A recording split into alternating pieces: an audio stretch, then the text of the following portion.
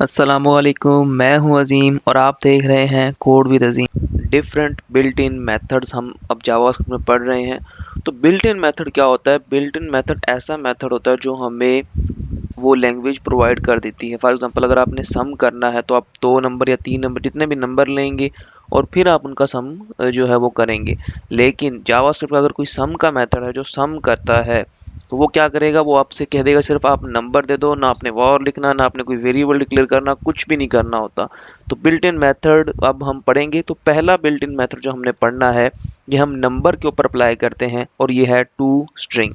ये क्या करता है? एक स्ट्रिंग रिटर्न करता है रिप्रेजेंटिंग दी स्पेसिफाइड नंबर ऑब्जेक्ट। इसको मैं आपको एडिटर में जाके समझाता हूँ इस बात का मतलब क्या है। तो यहाँ पर मैंने पहले फंक्शन सारे समझा दिए आपको और अब मैं बिल्ट इन फंक्शन पर आ गया हूँ। तो बिल्ट इन फंक्शन में हमने आज पढ़ना है टू स्ट्रिंग। तो टू स्ट्रिंग के लिए मैं यहाँ पर लेता हूँ एक नंबर लेता हूँ और इस नंबर को अब मैं डिफरेंट तरीके से क्रिएट करूँगा, मतलब न्यू करके मैं इसे क्रिएट करूँगा नंबर से। मैंने यहाँ पर नंबर लिखा और इसका ये कंस्ट्रक्टर कॉल होगा और यहाँ पर मैं वो नंबर कोई भी नंबर जो है वो पास कर सकता हूँ। फॉर एग्जांपल मैं 5 यहाँ पर पास कर देता हूँ। तो अब इस नंबर में 5 आ गया है। ठीक है, यहाँ पर जाके चेक करते हैं। मैं करता हूँ डॉक्यूमेंट डॉट राइट और यहाँ पर मैं नम को प्रिंट करवा लेता हूँ। मैंने नम को प्रिंट करवाता हूँ, जाकर एडिटर पर चेक करता हूँ तो 5 जो है आ गया है, जो मैंने आपसे अभी कहा था।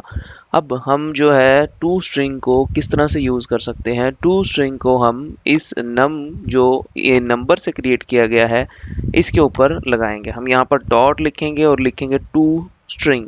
तो आप देख सकते हैं टू स्ट्रिंग आ गया है और टू स्ट्रिंग को हमने यहाँ पर जो भी वैल्यू हम पास करेंगे, हमारे पास जो पहला नंबर है वो 5 है। अगर हम इसे वैसे ही छोड़ देते हैं ऐसे ही तो ये टू स्ट्रिंग 5 ही रहेगा, वैल्यू चेंज नहीं होगी।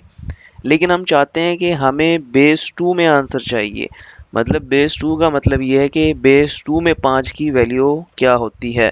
तो ये हमें अगर देखना है तो फिर हम यहाँ पर देख सकते हैं 101 जो वैल्यू होती है ये बेस 2 में होती है। जिन लोगों को बेस 2 का पता है तो वो समझते हैं कि 101 जो होती है वो बेस 2 में इसकी वैल्यू होती है।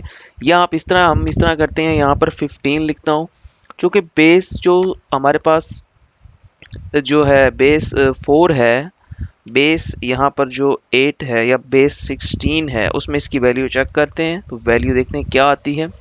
यहाँ पर इसकी वैल्यू f आ गई है। तो देख सकते हैं यहाँ पर जो डिफरेंट बेसिस हैं, जिस तरह 4 बेस पर जो है वो इसकी वैल्यू 33 होगी और अगर हम यहाँ पर 8 कर देते हैं तो 8 बेस में इसकी वैल्यू 17 होगी।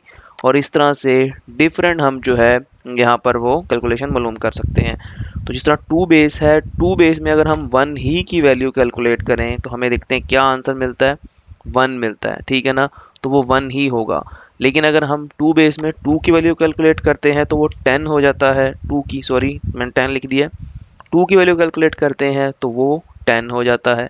तो ये वैल्यू आप इंटरनेट से भी चेक कर सकते हैं और यहाँ पर आप बेस की कन्वर्जन कर सकते हैं टू स्ट्रिंग मेथड से।